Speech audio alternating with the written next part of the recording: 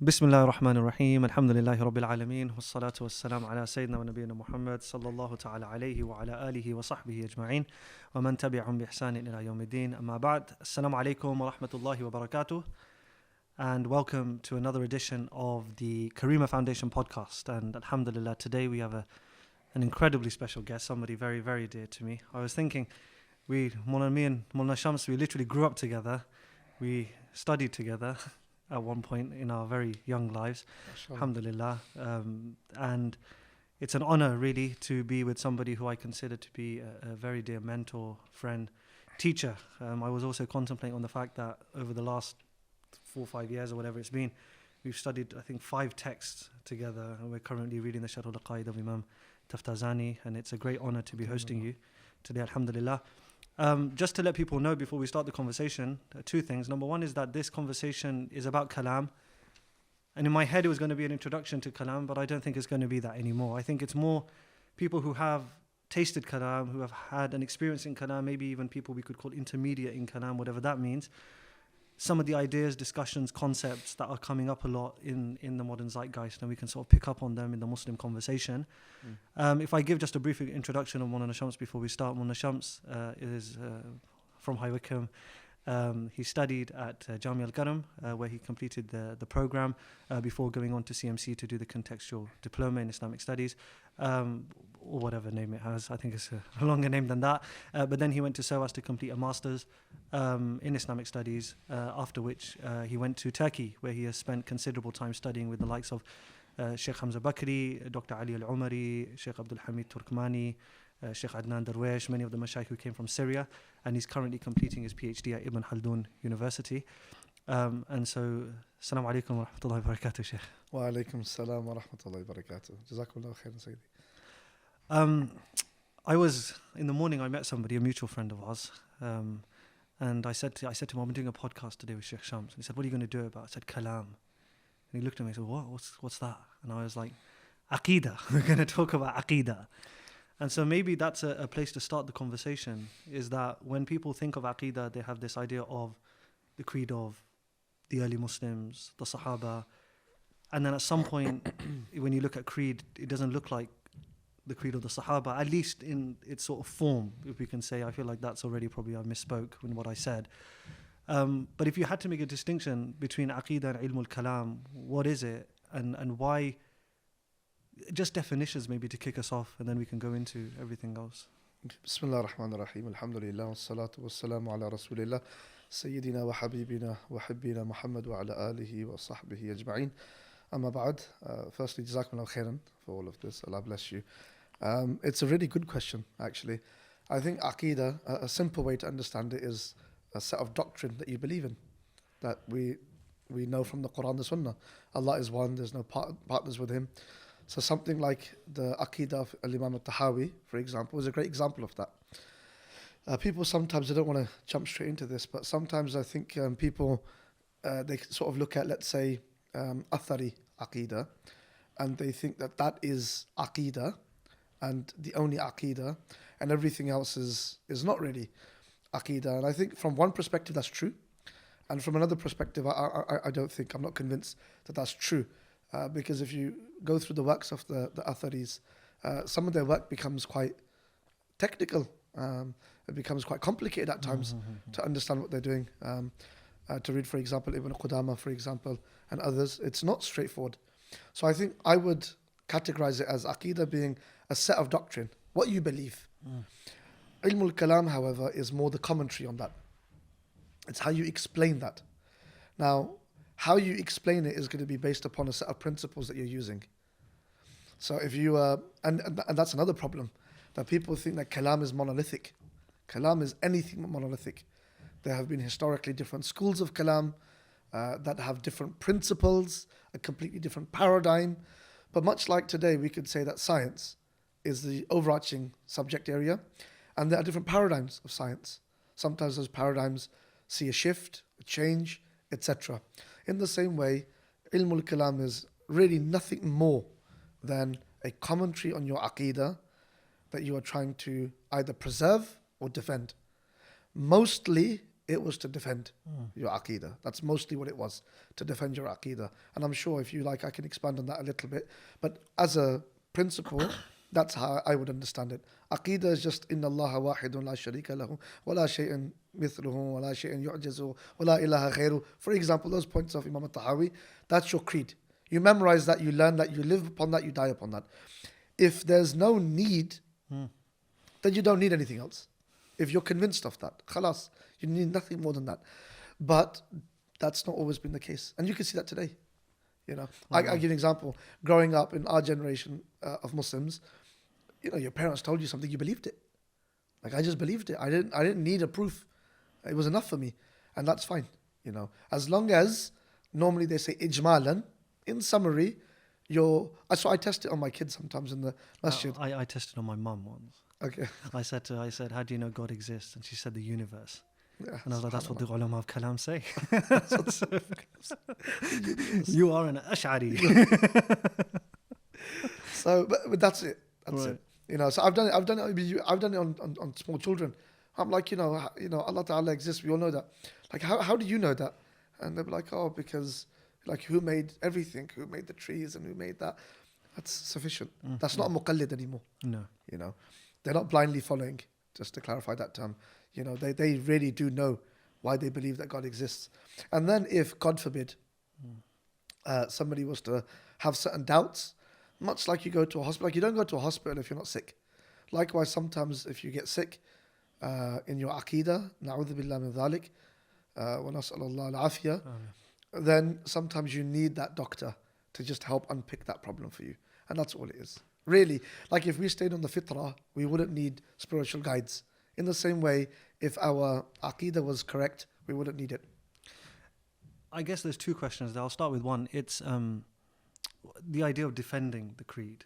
So then, if we're going to explain why the schools of creed start to develop, it's all responding to heretical groups, it's responding to certain insertions into the religion that start to come in, it's responding to certain social cultural movements and things after the quote-unquote age of the Salaf, whatever that means. Is that some... I don't know if you could... Well, the Salaf did it, obviously. The Salaf refuted people. In fact, we learn refutation from the Salaf. In fact, the Quran refutes... Of course. Christianity, Judaism, polytheism. The Quran actually is one of the great refutations. It's the Burhan. You know, and the Quran uses a lot of, I mean, this is the problem. See, one of the things in SOAS, when I wrote a paper actually on sort of aqli arguments, rational arguments in the Quran. And I'm not the first to do it, of course, where you can actually find almost pure syllogism in the Quran. The Imam al-Ghazali in the, I think it's Qistas al-Mustaqim. That's the whole purpose of the book. Yeah. So it's like a clear, it's an argument, you know, that Allah Ta'ala makes, and He makes it very powerfully. Now, Allah Ta'ala uses a lot of khitabiyat, but that's because the Quran is for everybody. It's not just for the intellectual, it's for the common person that responds to emotive arguments. So there's a lot of ilzam that's used. You know, like, قُلْ هَاتُوا بُرْهَانَكُمْ إِن كُنْتُمْ صَادِقِينَ. If you think about that, you're requesting somebody to produce a burhan that you know doesn't exist. So it's like, there's a lot of khitab, there's a lot of ilzam. All of that's really ilzam interesting. Here meaning using some of the opponent's arguments against them. Yeah, like a rhetorical argument. You don't believe in the premise of the argument. Exactly. You're just using it because they will have to accept it. Exactly. So the Quran has all of these arguments. It teaches us that. It teaches us. In fact, one of the things that makes Islam stand out from other religions is the religion makes sense. You know. Now that doesn't mean that everything that in the deen has to make sense to you, but you know the basic creed of Muslims makes perfect sense. There's never a problem in that with your aql. Yeah, some worship, understanding the hikmah behind things. Fine. We're ajiz, we're makhluq. You know, we're not the creator. But in terms of the creed of the Muslims, it's very, very clear and very simple. So, but going back just to the point about the refutation, I think you mentioned off camera about, you know, people say, well, it's Greek philosophy, etc. But, you know, language was there before, you know, kullu fa'ilin marfu', you know, wa kullu maf'ulin mansub. Like, that's the beginning of our story of grammar, right? And we hold that sentence very proudly. But like the idea of grammar, it predates. I mean, most of our grammar comes from Jahili poetry.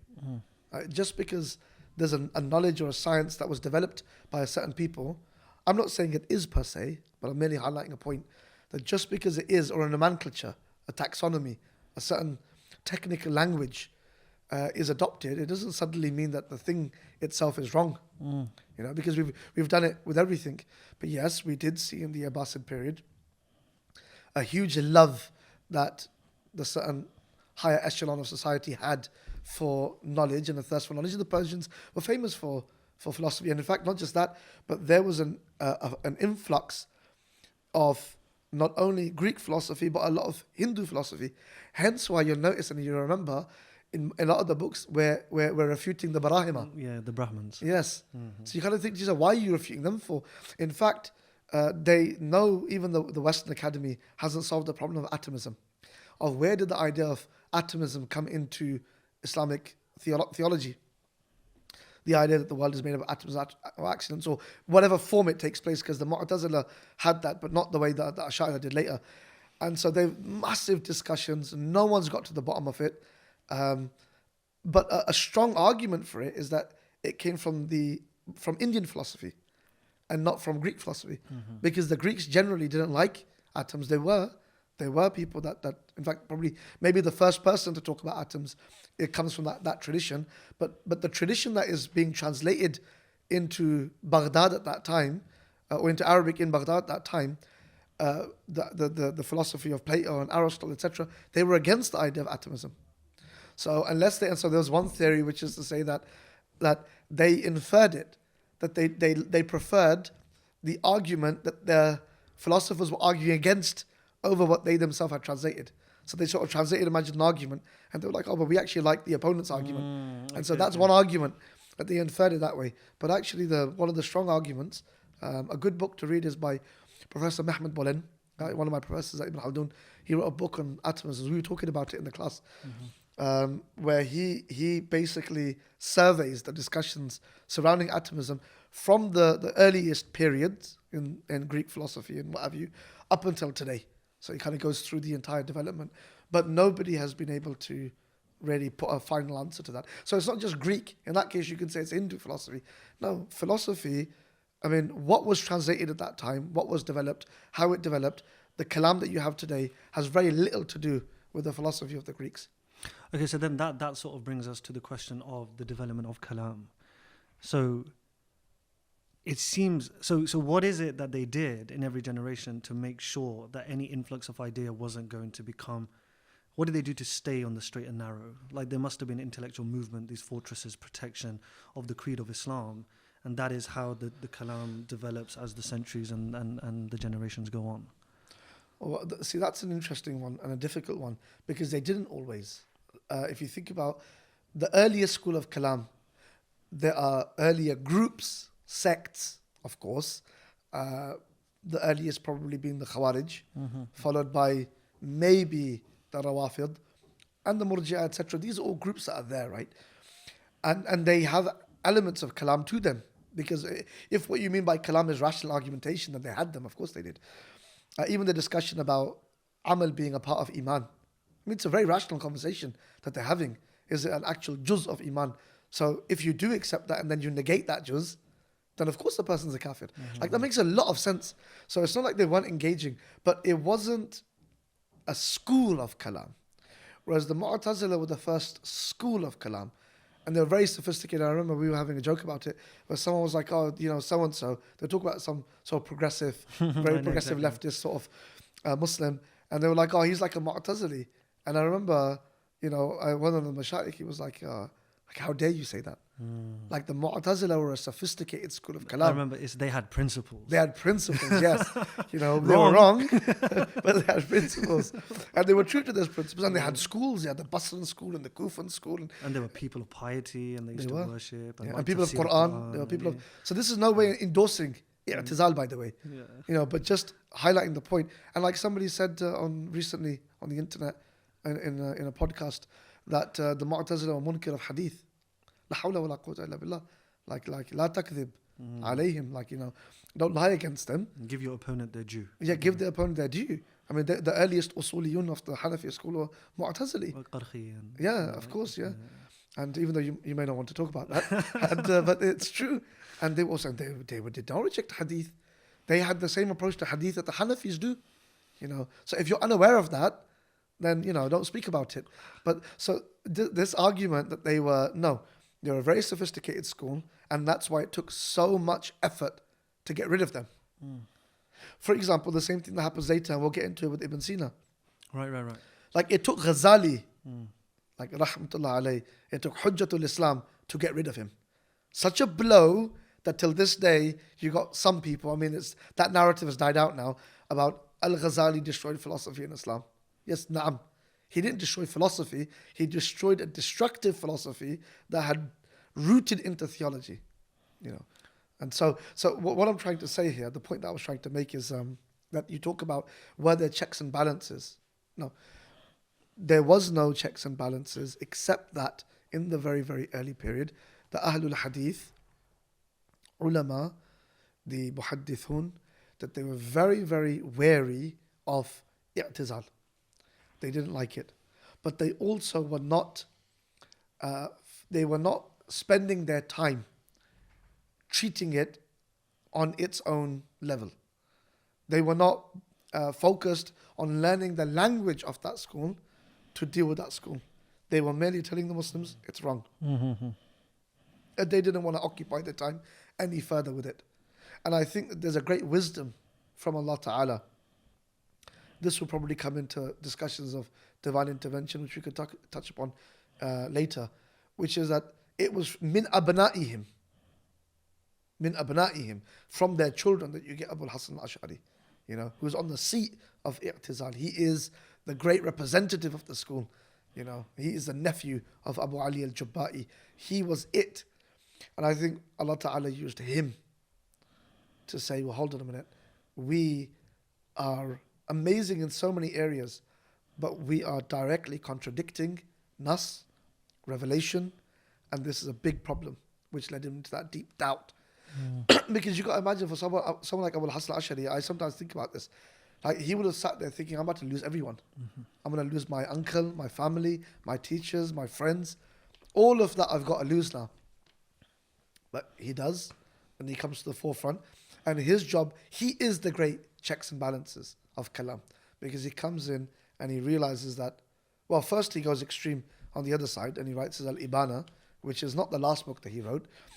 He writes Al-Ibana where he is basically Ahl al-Hadith. And then I think he realized that this is not enough to deal with i'tizal.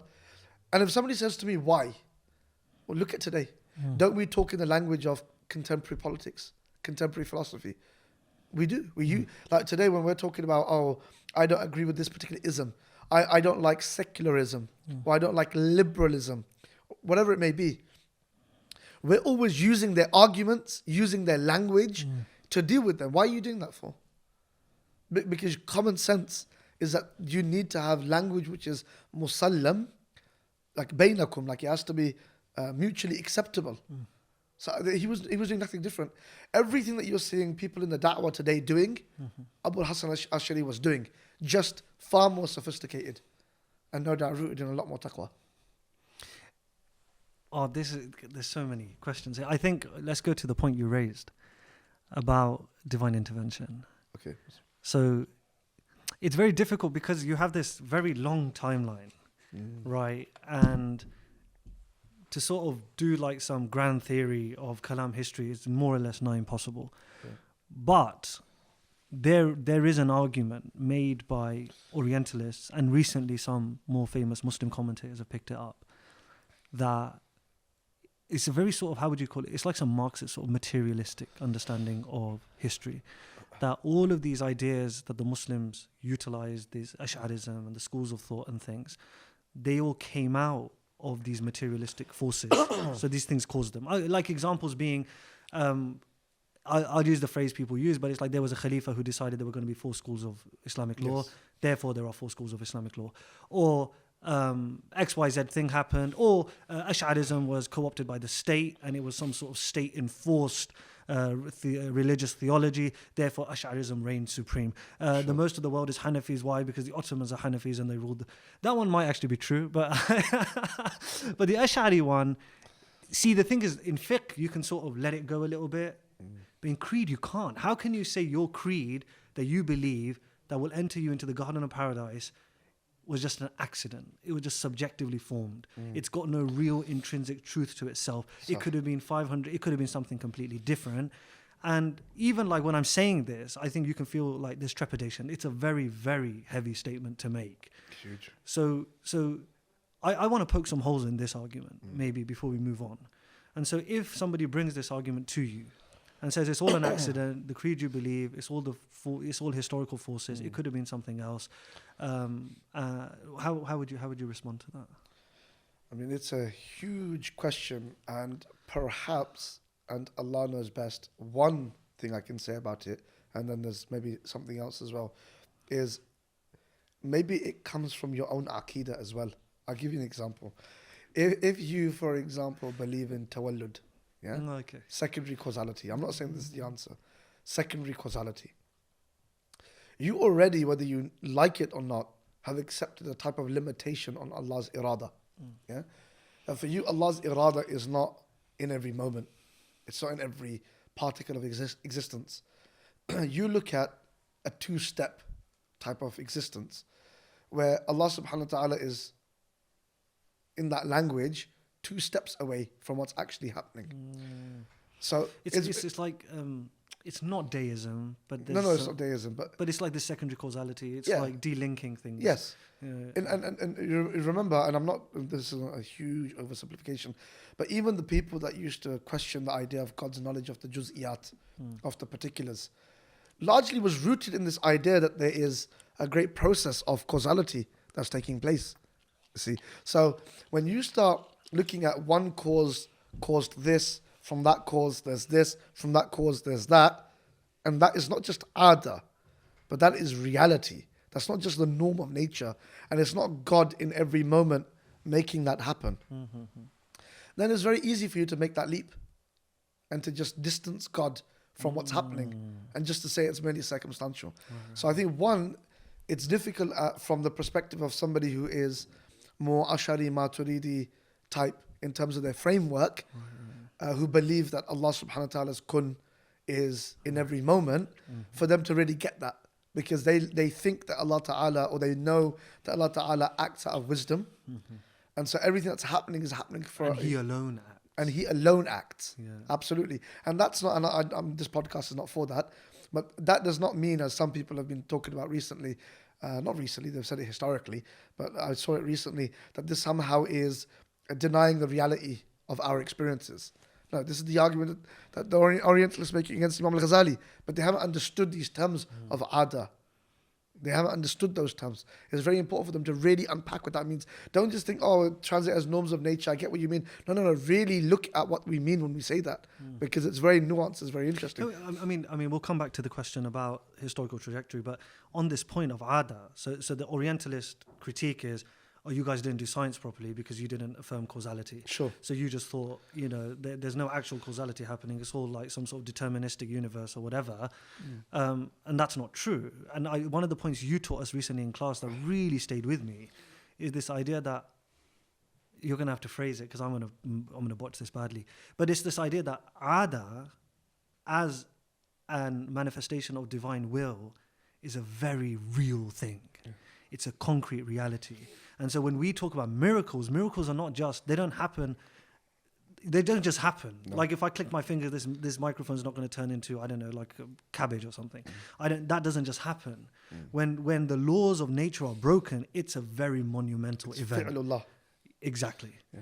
And so that's the point we're trying to make, that the ulama took ada very, very seriously, that there is a natural law, there's this ada kawniyya that Allah subhanahu wa ta'ala has, and you can't just remove that or just break it. What do they call it? They call it wajib adatan. Right, exactly. They call it wajib. Yeah? They call it mumkin aqlan. That's so different. Like if I was to say to you, like we know, like I mean, you worded it better than me, but like, when you say mumkin aqlan, like you could have a 3-headed dragon that is mumkin aqlan, but you, like in your mind, you have very little doubt that you will ever see a dragon, let alone a 3-headed dragon. Yeah, it's mumkin aqlan. So that distinction, again, this is what I'm trying to say. Like when you really imbibe that idea, what a mumkin aqlan is, and what a wajib adatan is, like that's huge now. Like you understand that link is very real between the cause and the effect. But we're talking about it at an ontological level. Now, who's the ultimate murid? Whose irada is actually at display? That's where it becomes really, really interesting. So, like, for example, remember we had a conversation with a brother who was debating us on this issue. I don't know if you remember. Not debating, we were having a conversation in London. And he said, we're talking about, and he said, and he was talking about this thing, and he was like, it's all tawallud, right? Basically, is what he was arguing for secondary causality. And I said, okay, so do you believe Allah is all powerful and all willing? He said, yeah. I said, so could Allah break this norm? I said, yeah. I said, so how are you saying something different than what we're saying? Like, how strong is your cause and effect situation that God can just break it? That must mean it's mumkin aqlan. It's possible for that to be broken. Yes. That's all we mean when we say mumkin aqlan. Right? And when we say wajib adatan, does he break it? No. Only in the case of a mu'jiza. And that's, like you said, a serious business. We're about to do ta'yeed of the da'wah of a Nabi. Like, it's huge. And not everybody's a Nabi. And not everybody is a Nabi. So that's the thing, So people have to understand that when we say that, we have to understand. And, and even then saying that it was a Ghazali, that's an Ash'ari principle. Like, it preceded him. It preceded Imam al-Ghazali. A lot of his ideas preceded him. Of course. Yeah, everything. Of course. Yeah. The tradition did. I mean, he added, of course, and he added terms. That's the most important thing. One of his huge contributions.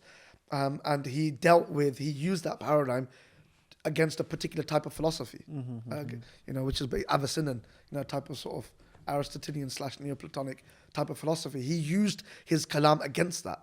So, this idea that it's just that he was one of the most prolific of those mutakallimun. So, and he was like seminal, and that's why I think they use him as a target. And it's all nonsense, and it's all been refuted. And you can read, even they've changed. You can read the Griffles and all of them, and they've come to the conclusion that that's all gibberish. No, absolutely not. Yeah. But if we move back to this, come back to the topic of the historical development trajectory thing. So that's an interesting point that you just mentioned. It's like their lack of creed makes them misunderstand the historical development of creed. I believe that. Yeah. I'll tell you what's interesting. I met one of them. He's a lovely person. It's the same person you just mentioned. Okay. And he was here, and we were talking, and he put the thesis out. He said, it's all just historical accidents. It could have been something else. I said, okay. And I tried arguing against it, and then I thought through, and I was trying to make some arguments. And then afterwards, and we make the arguments, Allah subhanahu wa ta'ala promises that the religion is going to be preserved, therefore this is the preservation. And that is actually a very solid argument. But I left that, and it didn't work, and they weren't happy. Then we went to somebody's house, and it was just us sat with him. And then he started talking about some really difficult misfortunes he had in his life. Something happened really bad. And then he's like, and then it was as if divine intervention. And Allah subhanahu wa ta'ala put this thing in my life that fixed everything. And I was like, So when it's you, it's divine intervention. When it's the history of Islam, it's all just a pinball machine, and the ball could have just landed anywhere. Yeah. And then he was like, that's good. That's an ilzami job. That's an example of an ilzami job. And so it's true though. Yeah. It's true. And somebody could turn around and say, but there was a time that the Mu'tazila was so strong, but they faded. So they faded. All of those that came and went, there was one group, major overarching group of Ahl Sunnah wal Jama'ah, in which the Atharis exist.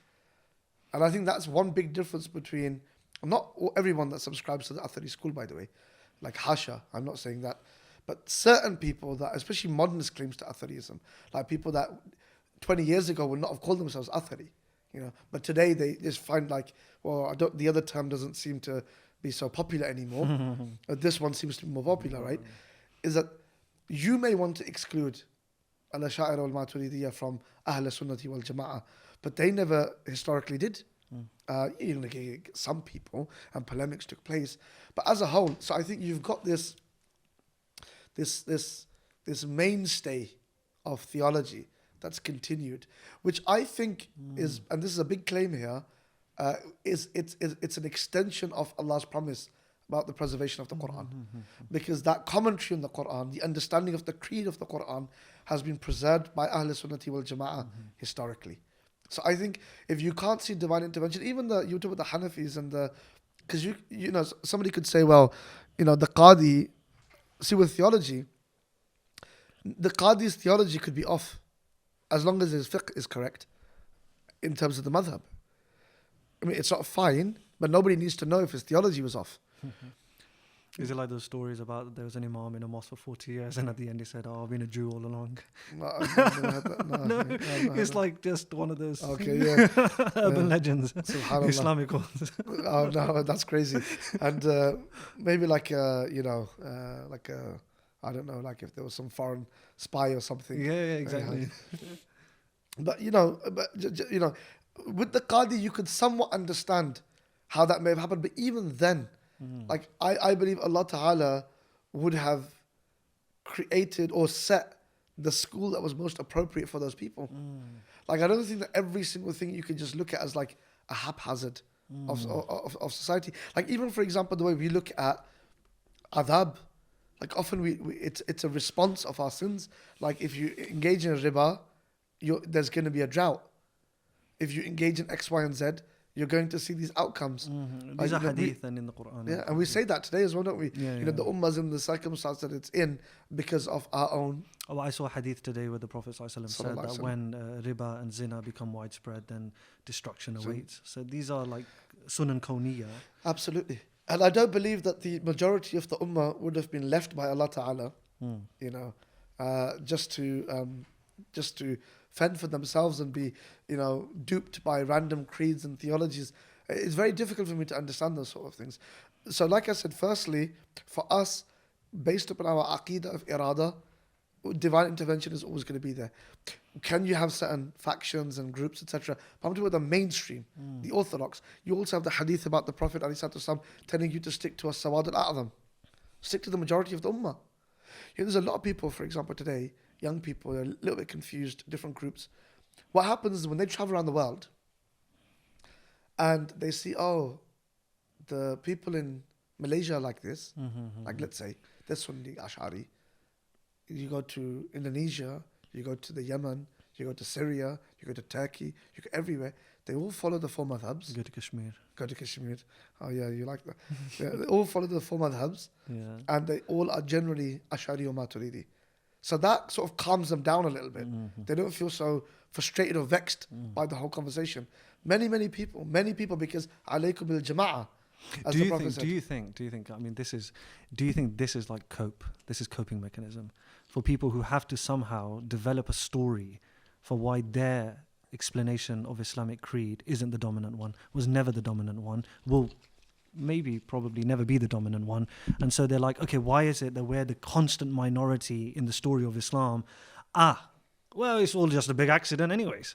So then it's not a big deal then if we weren't that important, because we just didn't happen to, we were in the wrong place on the pinball machine, and it could have turned out a little bit different. Interesting. That's a very interesting thought.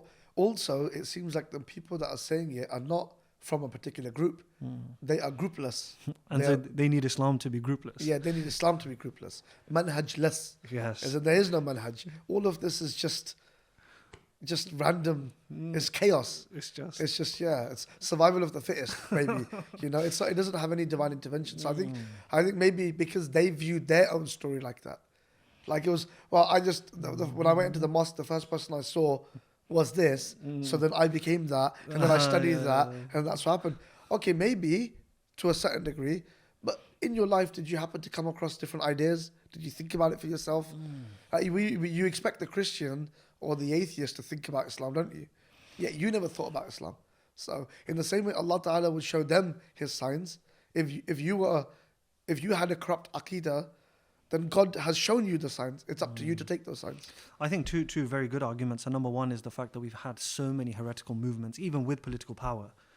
Like you had the Fatimids in Egypt. Yes. And they had their own incredibly weird Ismaili, Batini beliefs and whatever, but they never penetrated Egypt. No. And Salahuddin comes in, and overnight, it's just back, and Azhar becomes Azhar Sharif, and all of that happens, whereas they were there, I don't know for how long, but maybe hundreds of years or whatever it was, and they were never able to overturn the traditional creed of Islam because it was nonsense. They were preaching nonsense, and that was not going to be accepted in the hearts of the Muslims. It's true. And how do you explain the expansion of the Sahaba? Like whatever you say there, you can say here. Like the Sahaba expanding in the way that they did, from east to west in an unimaginable, at an unimaginable speed, was that not divine intervention, or was that just circumstance? Like, do you not believe in do you not believe in divine intervention at all? Or do you believe in... Okay, so perhaps this is a counter-argument that I would put to somebody. Thank you for your point. But you either have divine intervention... At some point. You have to yeah, bring or in circumstance. Yeah, you ain't got a third, right? Otherwise, how do you explain Islam? This is mani al-khulu, right? It's either going to be divine intervention or not divine intervention, and therefore just random circumstance. Which one is it for what? So what do you say about the Sahaba's expansion? If you say, well, that's divine intervention. Okay, so why is it divine intervention for them and not divine intervention for Kalam or Aqidah or whatever it may be, or fiqh? Why is it not there? Who gets to decide? Who gets to choose which one is divine intervention and which one is not? Because for us, as I said, we will look at everything as divine intervention. Everything. Because Allah Ta'ala is the hafiz of His deen, and He will preserve it and protect it. And He did. Even like, you look, we had the worst period when it came to madhabs 20 years ago. Where it was, because now you can say people don't follow madhabs, but they're okay with them. 20 years ago, it was bid'ah and even shirk to follow a madhab. Because it's hukm biduni hukmillah, or, you know, min ghayri hukmillah, whatever it may be. So it was very, very bad, right? But that's even changed, where people are like, we are Hanbali, or we are Shafi'i, or we are whatever. So people are following the madhab. So you look at all of that, you think, you always had madhabs.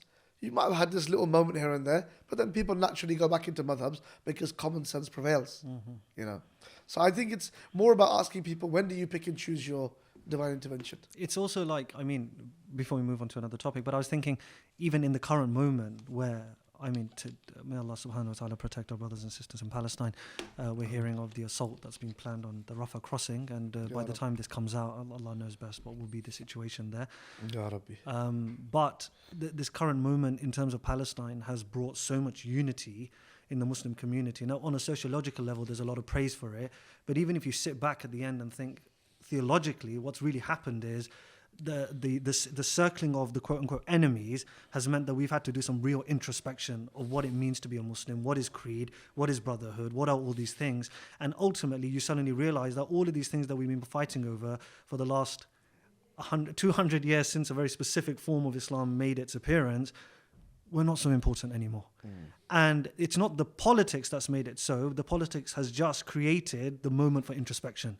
So we've had a chance to now think about these things. Like, even if you look at the development of creed, and you know this much better than I do, it's not like Sunni scholars were sat there and every time some sort of heretical idea came in and they just said, oh no, that's heresy, we won't listen to it. They took everything on its merit. They said, okay, let's hear you out. What have you got to say? Imam Razi is engaging. He's like, what do you got to say about all of these topics and ideas? Okay, let's go through them one by one. And it's like this whole moment of trying to come to terms with people's theology. And so it's not like... Sometimes they adopted it. Right. Sometimes they adopted it. Look, Ibn Sina. Yeah, and what we read, Mala ilayhi al-Imam al-Razi, he had Mala ila at-tawaqquf. Sometimes they just made tawaqquf on a mas'ala, like he did on the whole, is it hylomorphism or atomism? He made tawaqquf. Why?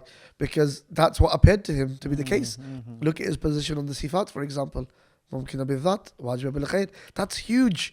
Like, that was such a huge moment for Ash'ari Kalam, right? So you look at that, and and I don't know if we'll get into it, but I'm fascinated with the late Kalam tradition, particularly the tradition of the Farangi Mahal. They were very lucid, not in their Aqidah, no. I have to be careful here. In their Kalam, in the position that they took to get to the same outcome. The Aqidah never changed. The details. Yes. Just how you argue it, how you understand it, the Aqidah never changed. So they were very open and they were very tolerant in that sense. With Muslims, what people have to understand is that I'll say this one thing, and this one thing only on this, right? Is that we will, and I believe even that unfortunate circumstances that we find ourselves in is a form of divine intervention. 100%. Because of course it is. You have to sometimes get slapped in the face for you to realize, what are we doing here? To wake you up. To wake you up, exactly. Like, for example, when you realize very quickly, and I'm not saying the Ummah will always have its ikhtilafat. That's not going to go away because we're thinking beings. We're going to differ on stuff. But at the same time, when you realize that when people come in and they're trying to wipe you out, they don't care which shade of Muslim you are. They don't care. They don't care which type of Muslim you are, whether you make a raf'ul yadayn or not, or whether you hold your finger out in tashahhud or not, or whether you believe in atomisms over hylomorphism. They don't care. They look at you as La ilaha illallah Muhammad Rasulullah, and you're our a'da, and they go for you on that basis. So I think it's been, in many ways, really important, because when you have that collective body, and some people won't like this, and I understand that, and I appreciate the mindset, but I don't agree, because when you have that collective body, you have a voice, you have strength, you have a lobby, like we're seeing now, where when you have each other's back, you're a stronger force to be reckoned with. People don't like that. It will do.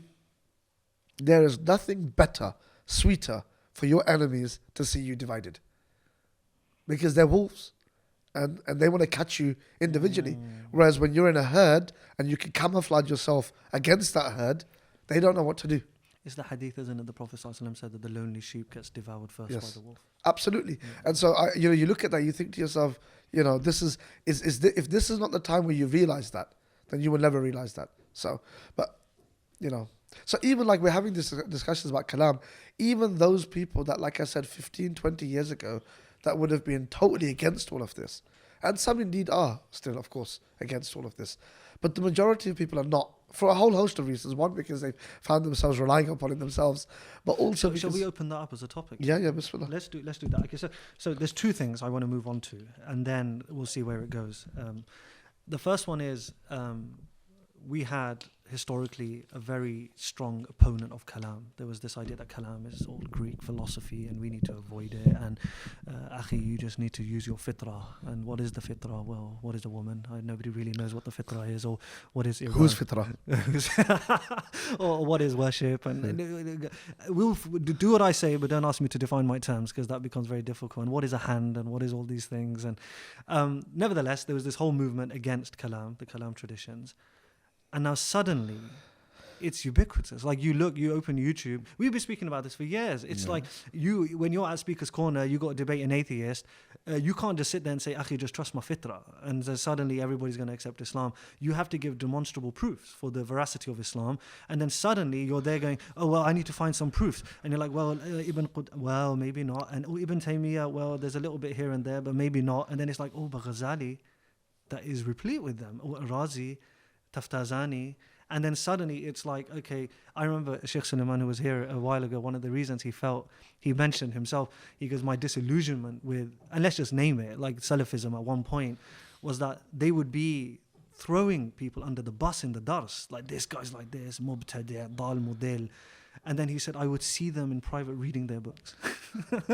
So I was like, well, if they're so bad, then why are you so dependent on them for what you're doing? And he said, at that point, I realized that's not I need to go find the other thing. What's this thing? And so, in spite of their protestations, they have now come full circle. Yep, full circle. They are now, and the problem with that is, before I let you come in, inshallah, is now, they don't come to it methodologically. They don't come to it with principles. And it becomes like a talfiq. It's like a pick and mix. It's like, I'll have a bit of that, and a bit of that, and a bit of that, and they make this hodgepodge, and they say, that's my kalam. And then the problem with that is, if you sort of poke it a little further and look into it with some depth, it just crumbles away because it has no solid foundations. And so the problem is, because of their abandonment of the traditional development of kalam, is they're having to do 1,000 years of work overnight, and then they're failing because you can't do that. That's not the way Allah subhanahu wa ta'ala sunnah is in creation. No, it's true. And we've been talking about this for so long, and and maybe this is the first time we're recording it. Although we had one event where I did mention some of these points, but maybe more isharatan. But you're making this very explicit now, right? And I because times are different. Times are different, yes. Yeah. And by the way, I should say this for anyone that's watching this, is that we're not trying to be mean here, or we're not trying to be like, aha, told you so, or this is not that. Like, we're really not. I'm not into that sort of stuff at all, right? Like, alhamdulillah, ahlan wa sahlan bikum, and wherever you're at, be happy with it, but no problem. So I think that what's happened to a lot of people is that they, as you said, when they realize that they don't have I don't actually think that they found it first in Ghazali or Razi or Ahmadi or Dawani or whoever else, right? I think that they found it in Christian apologetics very good. Yes, first. Yes. I didn't That they started to look at all of those books that were written about the existence of God, Craig and others. There's others as well, right? These atheists that became Christians, etc. Anthony like Flew and Flew and he was a deist, Plantinga and all of these sort of people. Even the ex-Archbishop of Canterbury, Rowan Williams, was an atheist? No. Like reading their literature. So I think what happened is that they read their literature. They read Aquinas, maybe, or at least at a secondary level, they read Aquinas, and they were like, "This is really clever." But they didn't feel bad because they weren't reading the books of the Mubtadi'ah. So they were, even though they were reading the books of the kuffar, but that seemed to be okay as long as they want the books of the Mubtadi'ah. And as long as it's not Greek philosophy. As it's not Greek, it's Latin. It's Latin. So they, it's funny because we're laughing about it, but it really is. It really is as silly as that. I'll tell you, what, small tangent here, yeah, but it's related. A related tangent, but bring me back to the point that I was mentioning about Craig and these guys, right? Is that Allahumma salli ala Sayyidina Muhammad. What was the point that I was going to make?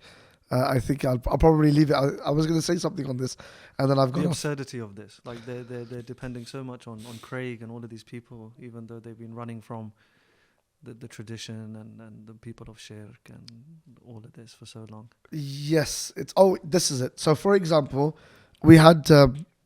Are we mentioning names? Should we not? You can mention names. No, it's not a habit that generally I think we have, which is a good thing. And again, that's from the modesty of Ahl Sunnah as well. Not in Rad, actually, and sometimes you should be able to say. It depends in the context. So, for example, I'll say it. Say the story. So, for example, we have a modern day Salafi scholar who, look, I've nothing personal. See, I would have no problem mentioning this name. Yeah, I understand. So I'm talking about Ustad Abdul Rahman Hassan is what I'm speaking about here, right? And the reason why it's not because I don't want to mention this for the sake of it, especially in these days, right now with what's happening around the world. I don't want to sit here and bicker about. No, but can I make a point on that before we move on? It's like before. If you we had Dr. Iya Azzam come and we had a whole Salahuddin event and things, and one of the things he argues about the revival of Sunni Islam it's called Salahuddin the triumph of the Sunni revival, yes. And he says it's that revitalized energy that Sunni Islam had that allowed the liberation of Quds, and part of that, and a very strong part of that, was just really coming to terms with the boundaries of creed. What does it mean to be a Sunni Muslim in the first place? Because if we sort of turn our heads away and pretend like, oh, it's all kumbaya and we're friends and there's no real differences and it's all hunky-dory, then at the end, that's just going to lead to more problems. No, I agree with you. There is something of coming to terms. I agree with I agree with you. And look, we like I said, as an ummah, we differ. We are going to differ. If we were all going to agree, there'd be no test. So meaning in the moment now, we can, of course. Yeah. So there are some plasters you have to take off, for sure. So I'm not in no way saying this. Again, this is from my own modesty. You can say that if somebody doesn't want to say that, right? That I don't like to. No. I'm not saying it. I'm not saying it that way. But I don't like to. I don't like to make this into a battle of I'm going to say something about you. Yeah. No. But I'll say it for the purpose of helping out our Aqidah, because this is a public figure. He did a whole lecture about why Ibn Hajar al-Asqalani, Shaykh al-Islam, Amir al-Mu'mineen fil Hadith, and al-Imam al-Azim, al-Shafi'i al-Saghir, al-Nawawi, rahimahullah ta'ala, that why them two are not Asha'ira. And, and it was brilliant in that he had memorized so many ibarat and he was just reciting, but there were some serious issues in terms of the central thesis. But it was covered with so much khitaba, that your average Salafi who doesn't read in terms of what these scholars were saying, probably doesn't know Arabic, doesn't understand, not just Salafi, anybody, any Muslim, the aqliyat, would probably be bewitched just by how much Arabic he was reciting from memory, right, of their books, etc. And the central thesis got lost in that. And his central thesis, I'll sum it up what it was, that you are only Ash'ari when you are usulan Ash'ari, and not when you fall into Ash'ariyism every now and again. Because as he termed it, the masdar talaqi of Ibn Hajar and Nawawi, rahimahumullah, was madhab al-salaf and not Ash'ariyism. But they unfortunately did a bit of ta'wil here and there. Yes. And so now you go away, and the, people in the comments were like, I was really thinking about this, and you fixed all my problems. And I kind of for that moment just thought, I'm quite happy for you, brother. If that really helped you sleep at night and you feel better about yourself, and it saves your iman, But I thought, what a shocking thing to say, and with such confidence. You have to, it's like this historical revisionism all over again. Yes. It's to save your school. Self-preservation, you have to rewrite history. Absolutely. Just to save yourself. This is exactly that is 100% spot on. That's exactly what's happening here, which is, we've named our mosques Masjid al-Nawawi, we've named our institutes Ibn Hajar, but now they've turned out that they endorse tawassul, they are pro-Mawlid, and they make ta'wil of sifat. What do we do now? So what we're going to do is we're going to say, كما قال واحد, and I'm quoting, أخطأ النووي. طيب أخطأ النووي. استغفر الله العظيم. Okay, so so here's my counter question to Ustad Abdul Rahman. My counter question is, if he was not following a qa'idah, because remember his point is, they're not Ash'ari usulan. If he's not following the usul of al-Qanun al-Kulli of the Ash'ira, which is the central thesis of the Ash'ari school, that the Salafis have a problem with. No, well, Ibn Taymiyyah just co-opted it. Shaykh al-Islam, Allah yarhamhu, Hafiz Ibn Taymiyyah, co-opted the Qanun Kulli and just made his own version. No. Meaning that they couldn't escape that either. No, they couldn't escape that. Of course you can't. Because now, what the Ash'ira call majaz in the Quran, you call Zahir Tarkibi. Or something. So Zahir Tarkibi. So there's Zahir Lafzi and there's Zahir Tarkibi. Zahir Tarkibi is Ma khatara bi balik, right? What comes to your mind at the first instance, based upon the siyaq, which is just majaz. If you think about it. Now, hats off to Al-Hafiz Ibn Taymiyyah for creating his own language and his own structures of language, linguistic theory, but it doesn't do away from this whole issue. So why is it, for example, for Ma'iyya you do it, and for other sifat you don't do it? And I know this podcast is not about that, right? So I'm going to try to wrap this bit up. I want to make this point very clear before I go back to the original point of why this is important. So it is related. So now you're saying he's making ta'wil. So I'm going to say, tayyib, limadha yu'awwilun. Okay? Why are they making this ta'wil? These people that are Salafi, but making ta'wil, like Bayhaqi. Why are they accidentally? What's the accident? All of them, right? Bayhaqi, Nawawi, right? Suyuti. Why are they doing it for? So the only thing that you're going to be able to say is, they're doing it because they're scared of Tanzim. Why are they scared of Tanzim? Because they know that if they affirm the outward, then it's lazim of Tanzim. So are they using their aql to interpret the Quran? Yes. فهم أشاعرة.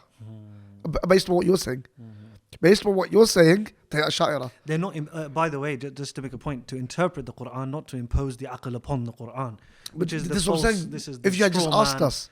This is the straw Ash'ari they use against us. Yeah. Absolutely is. That you guys give precedence to your aql over the Quran. Tayyib. Can I say one point? Again, a small tangent. That, how do you know the Quran is correct to begin with? How do you know this Quran came from Sayyidina Muhammad alayhi salatu wasalam? Fitra. Fitra. No, you don't. It's bit tawatur. Yes? Of course. Because I know. It's mass testimony. That's an aqli proof. And then, how do you know that this Quran is wahi from Allah? Because you trust the Nabi, Dala'il al-Nabuwah, his mu'jizat, his miracles are massively transmitted. You had to have believed. Then why would you believe that there's a prophet anyway if you don't believe there's a God? So you can't go bottom up. It has to come top down this. You have to first believe there's a God, then believe that that God would send prophets, like out of wisdom. Let's use a Maturidi framework. And that this prophet performed miracles, therefore he's a prophet. Or this man performed miracles, therefore he's a prophet. And now whatever he said is true. This man was the miracle, therefore of he's course, a prophet. Sallallahu Alaihi Wasallam, as Al-Razi mentions now. So what I'm trying to say is that you have to understand, like, even the arguments that you're making, they're aqli arguments. So it doesn't make any sense. And I think a lot of people today, just to finish this off, to go back, a lot of people today that are doing da'wah, that are intelligent, that in order to do their da'wah successfully, because they knew that there's no point debating with Christians anymore. I mean, that's finished, really. Just a few here and there. It's all about atheism today, right? And isms, moral ontology. So when they're looking, they're finding the answers within the Islamic tradition, and within the Islamic tradition, particularly within the Kalam tradition. And that's why all of them are mutakallimun. Yeah, I remember when, and I'll mention his name because he's quite dear to us, and he's a lovely brother. Hamza Zortzes, when he was here, and I think there was a discussion on the Euthyphro dilemma, if I'm quoting it correctly. But and at one point he put forward, he goes, this is the theory I've gone with. And then I remember you turned to him and go, yeah, that's what Imam Abu Mansur al-Maturidi says. Yeah. He was like, really? I remember that. Yeah. So it's like they're developing answers to questions that have already been answered. Yeah. Or they're finding them as well. And the open-minded of them. Yes. And there are many of them, and they deserve credit, and they are good people. The likes of Muhammad Hijab and Hamza Zortzes and others accept that. They've accepted fully, that the tradition has done the work for them, and now they need to try to access that tradition as best they can. And those conversations, and bring it into the English language, reformulate the same arguments in a way that's for your audience. You know, there's work to be done.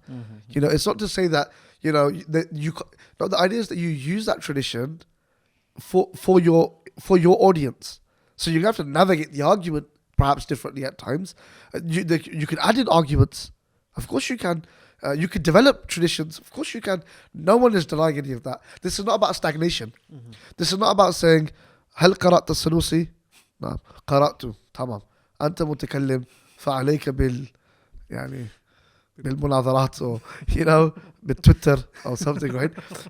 No, it's like it's not about that. It's about understanding the paradigm of thinking, how you approach the tradition, the intellectualism of the tradition, the intellectual rigor of the tradition, and to be a part of that. What a beautiful thing! What a beautiful legacy! Subhanallah. Just moving on to another question, maybe staying on the online space as a discussion point. I'll make mention of the recent Twitter hijrah of Sidi Hassan Spiker, who left. But we're still there. And one of the things we've seen, and we've spoken about this in private, is this rise of a very... you mentioned it in Dars, and the point was, there is this trend now online of, I am an Ash'ari, and I believe whatever Ash'aris believe. And it's a lot of maybe sort of beginner students of knowledge who are studying a bit of creed, and they sort of become very dogmatic. I think that's the word you've used on how they understand what creed is and what creed isn't. And the reason I think this is important is because when we try to sit back and think, what is the Ash'ari creed?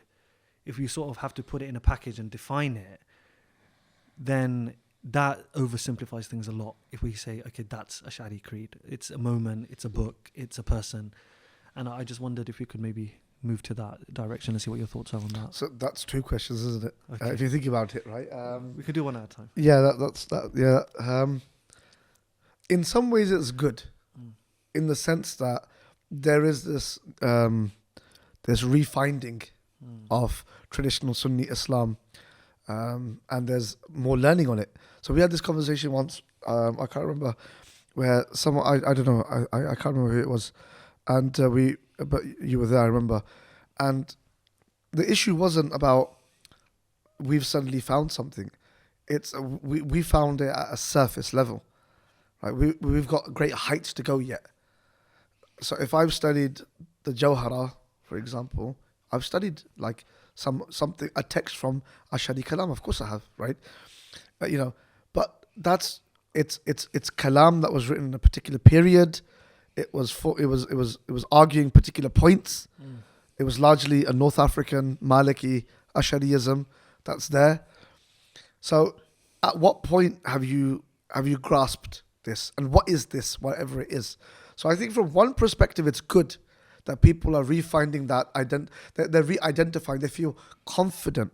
They know enough to know that they can identify in this way. And that is a plus point. That's a good thing. That I don't think should ever be discarded. I mean, we were having a bit of a joke and just playing about, but that shouldn't be discarded. That's good. That's fine. Meaning, especially like in the age we live, identity politics, people don't really know what they are. And that has crept into religion, where it's a struggle to sort of put yourself in a structure. Manhaj is good. Manhaj is amazing. Yeah, I don't like the idea of being manhajless. That's dangerous. Manhaj fluid or something. Manhaj fluid. Again, I don't like these terms, Trans-manhaji. Yeah, it is. I don't like these terms, right? But, but that's that. Where that becomes negative is when this wonderful tradition of scholastics, which is not a dogmatic creed, but it is a system of thinking. It's a paradigm, and we keep talking about, through which you can understand creed and you can defend creed. To reduce that, it's like a reductionism that takes place. It's like saying, I'm a Salafi. That's a reductionism to the concept of the Salaf al-Salih. What are the Salaf? Yeah, like when you say you are Salafi, you are basically saying, I represent Hassan al-Basri. You're saying, I represent like the Sufyanain. You're saying that I represent some of the greatest human beings that ever existed. You've taken this cacophony of colour and just made it into one blob. And you're not even doing a great job at that. Yes? So that's my point. And secondly, it's about maturing with tradition. Maturing, and this is the other thing. It's very important to got off to institutions, got off to Darul Ulooms, got off to religious centres of learning, whether it's in the UK or around the world. Why? Because there's a certain tarbiyah that comes with that. A certain humility that comes with that. Adab. A certain adab, exactly. A certain adab that comes with that, which is, how do you speak? About what do you speak? When can you speak? Like, all of those things are very, very important. But it's a double-edged sword as well, to be honest. It can be. But my point is that, but now if I go on, or I'm on a group, etc., and I'm fighting with a Salafi, with something. Now, that being said, I have to say this, and this might come off completely wrong, and I could be terribly wrong on this one. But at the same time, you do get those sorts of people that are constantly attacking people. And so sometimes you need people, almost like foot soldiers. You need people just to keep people at bay a little bit, just to keep them calm. Because otherwise, there can be tashkik. You can create doubt in people's aqaid. For example, a conversation that I had, on a social space, and I really hate that, only happened when there was a blanket attack by a very public figure on the Asha'ira wal Maturidiyya. And so for me, you're talking about like all of the greats. Like, you're talking about all of the greats, right? And so it was like, well, hold on a minute. You can't just get away with that. So I think that there is a time and place for that. Like, we have to be honest. There's a time and place where you have to pull people up and say, hold on a minute. Okay, come on. Let's have a discussion about this. Like, because people sometimes mistake humility for weakness. That somebody could be avoiding debate out of preserving their own ego, in terms of not getting involved in egotistic battles. So that could be a tasawwuf that they're a part of. It could be that they are being humble. It could be anything. But what you're doing is you're constantly poking them. And then when they erupt, it's like, oh, look at these guys. These guys are... So I think sometimes there is a time and a place to just say, hang on a minute. I'm not just going to let you get away with saying that. If you said something personally about me, fine. But if you're going to talk about thousands of great ulama, I'm sorry, that's not on. These are ulama that you couldn't last 30 seconds with. So I think from that perspective, there's a benefit, but at the same time, there's a great danger. One last thing on this. If it was, we talked about Ustad Hassan. If it's Ustad Hassan speaking, that's different. But if it is somebody that studied a book 2 books. They followed an online sort of YouTube. They followed some YouTube videos. They read a few articles. They generally get an idea. And now they're going for it. That's a waste of time. My nasiha is, rather than wasting your time doing that, actually put in the time, put in the study, put in the work, until you get to a certain level of understanding, and then inshallah Allah Ta'ala will take that work from you anyway. So I think it's about the same thing that we would have said to people back in the day. It's once happening, it's happening all over again. Which is great that you're identifying yourselves as Ahl Sunnati wal Jama'ah, Ash'ari wal Maturidiyah. That's great. It's great that you're refinding these names. Recently we were talking about Mullah Khayali, and there was discussions about, like Ramadan Effendi, because it came up and people were talking about it. Good, I'm glad. I'm really happy for you. It's amazing. But at the same time, don't let that now become like the armor that you wear, and you start battering people with it. Just bashing people over the head. I think there's 2 things. First is, the difficulty of this is, I think it's the point you mentioned. I think there's people have not been.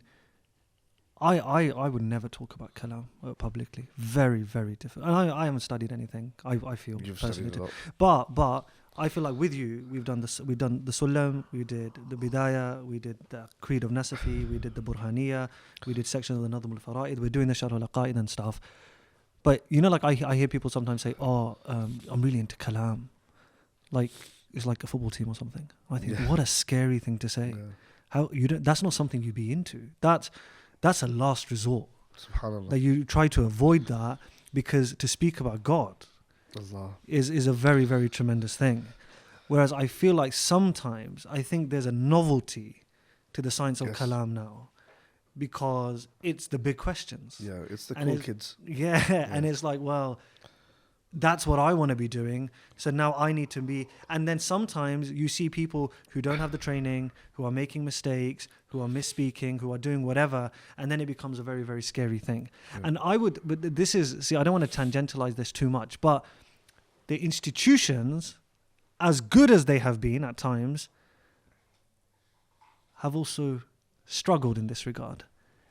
Because if they had taught Kalam properly in the first place, then people wouldn't be going on online classes and YouTube. Like a massive trend I'm seeing is that people are not going to the Dars-e-Nidami programs in madrasas anymore, because you don't have to. Yep. You can find a very good part-time program, or you just study books privately, or if you're really gifted, you become an autodidact and you just try to do it yourself, which is dangerous, but it's I don't if you have a YouTube channel, it's fine, isn't it? You could do it. I'm not saying like we need to go down a route now of saying the madrasas are like this and this and this, but it's sort of understandable why people are falling into these mistakes, because there's no institutions in place, or the institutions are not up to scratch to protect them in these sort of matters. And that's why we talk about adab, but maybe they don't get adab, because you go to a madrasa and all you ever studied was one text in something, and you never, and etc. etc. I don't know. I don't want to. Yeah, no, interesting. It's an interesting insight. I think there's it's interesting in the subcontinent. Like, I think that the last stronghold of the Aqliyat tradition of Islam was in the subcontinent. Was. Right? Was, isn't it? It's there, but it's diminished then even. Well, it's just a'yan. It's just there's pockets of it, springs. It's not flourishing, is it? And so, so you'll have certain madrasas. Can I just put this in here, right? Parenthetical clause. Somebody may be watching this that doesn't like Kalam, never understood it, never liked it. And they're like, well, who cares? They're dealing with more important stuff. They're dealing with iftar. Like, they're masters of hadith, they got fiqh. I'm celebrating that. Like, I'm all about that. But you need a vanguard. But you need a vanguard, exactly. Like, you need your ta'ifah. Like, you need your ta'ifah for everything. It's kifaya for a reason. Absolutely. We haven't done the kifaya. Absolutely. You need your army. You can't just put your army down. They were your army, and if anybody does not appreciate the role of Kalam, it's for 2 reasons. Either they don't understand what Kalam actually is. They think it's just mental exercises for the sake of it. They haven't got it. Yeah. Or they don't appreciate where they're at. They don't understand the world that they're living in and how much of it is rooted in philosophical and intellectual conversations. And so it's the same thing with mantiq. It was before kalam, it was mantiq, by the way. Mantiq was the first thing that, everybody wanted to get rid of. Why? So mantiq's useless. Is it? What's your argument that mantiq is useless? We don't need it. That's a mantiqi argument. So like it's a mantiqi argument. So either it's because you don't know what these sciences are for, and because you don't know what they're for, you don't appreciate them, or it's that you don't know the circumstance that you're in now and how dire those subjects are. So that's one thing. The other thing, I have to say this, why I think that it's cool to study kalam over, let's say, fiqh today, is because fiqh is harder. Now you may be thinking, what do you mean fiqh is harder? Fiqh is easier. No, kalam is more accessible. Kalam, you can learn a lot about kalam from reading English. You won't be able to study the mutun, you won't be able to understand medieval kalam directly from the sources, and we found that already. Like, for example, in some of the classes where we're dealing with traditional books, it's sometimes you can see where you've got people that are really good, like they know concepts. Philosophy of religion. Yeah, they know it really well, but they struggle with the text because that's a separate malaka. That's fine, because that's what you're here for. I want to get the malaka of being able to read these medieval texts for myself. So that's one thing, which is that the subject matter, the mawdu' of kalam is more accessible. You can find entire books written on the concept of at-taklif qabla wurud al-shara', for example. You can find books written on Imam al-Ghazali, and books on Dawani and Razi.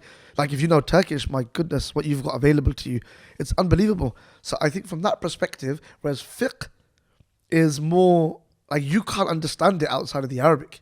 Yeah, but why is it cool? That doesn't make it cool. That just makes it accessible. No, but also, who cares about, like, we're living in an age where people don't care about rituals. Like, people don't care about rituals. It's like, I don't care if you wash 3 times or 2 times. Like, I don't care if you read the Fatiha or don't read the Fatiha, or if the Basmala is part of Fatiha or not.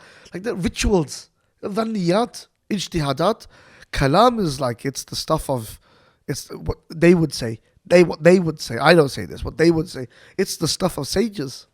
Here's another point then. So for somebody, okay, here's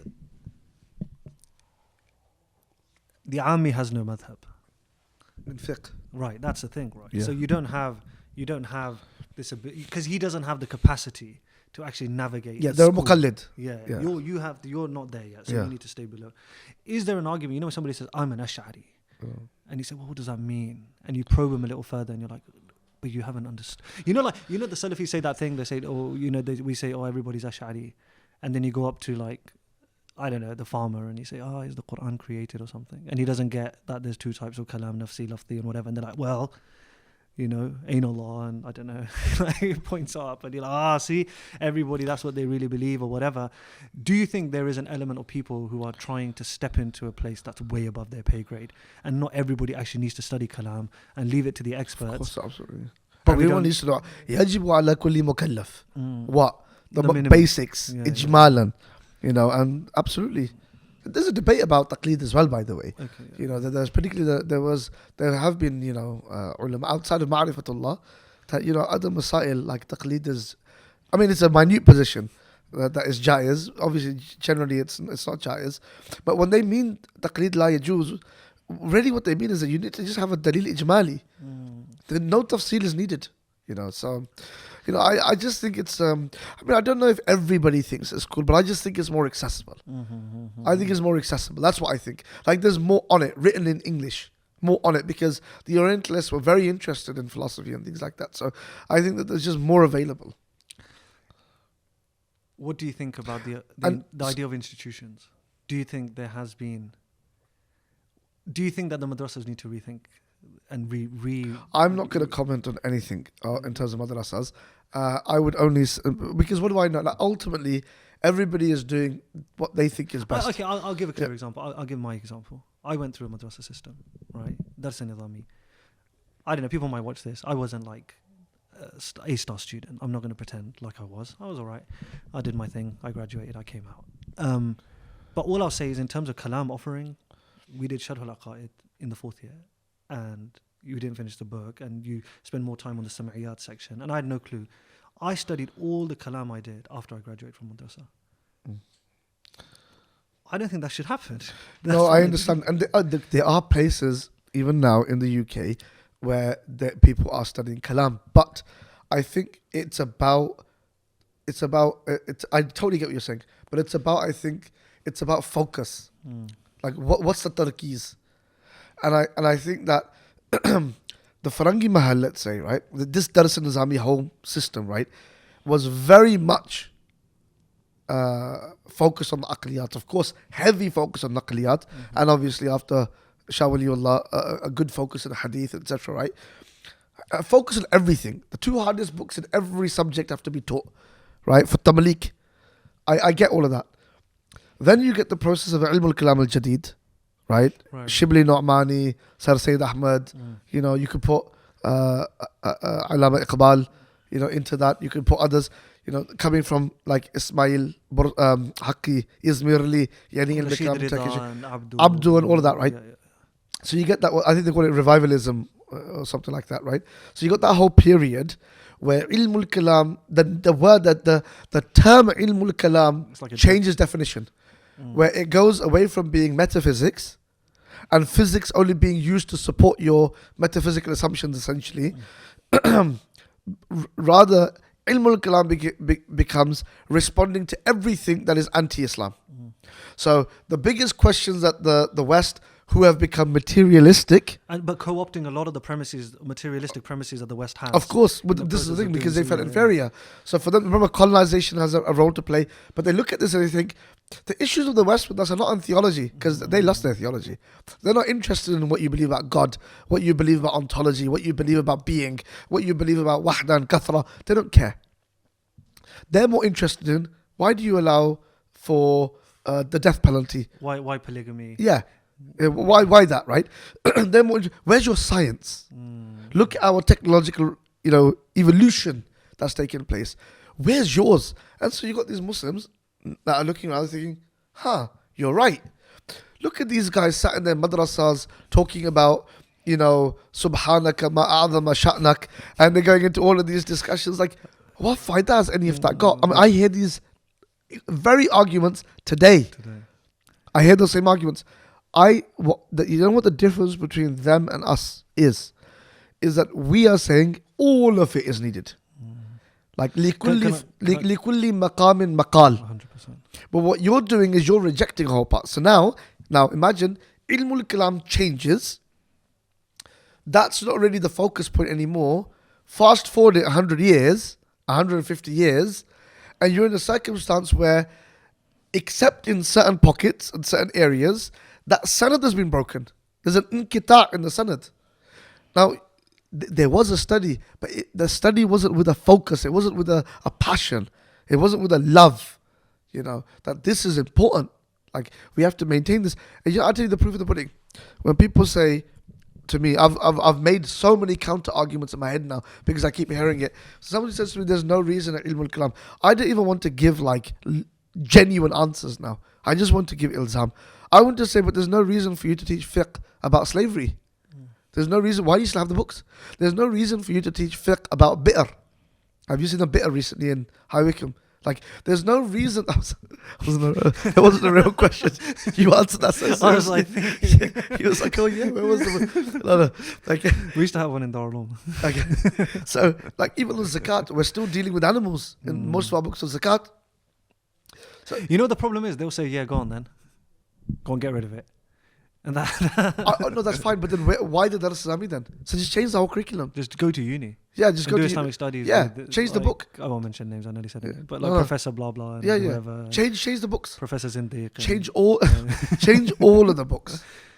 In fact, in that case, why do you even need to teach ulum al-hadith? Like the Mawsu'at al-hadith is there.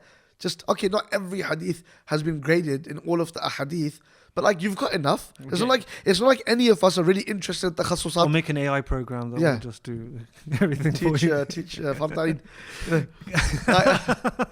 Another debate for another day. Another day, right? What I will say though is, like, let's just say we talked about Kalam Jadid. So these people who are co-opted by modernism and begin arguing making modernist arguments for Islam, and then you suddenly miracles have to be abandoned, and this has to be abandoned. This happened. This happened, of course it happened. And the Prophet sallallahu alaihi wasallam, ma'adallah, his role becomes more and more diminished until he's, and we can't even say words or what was said about him.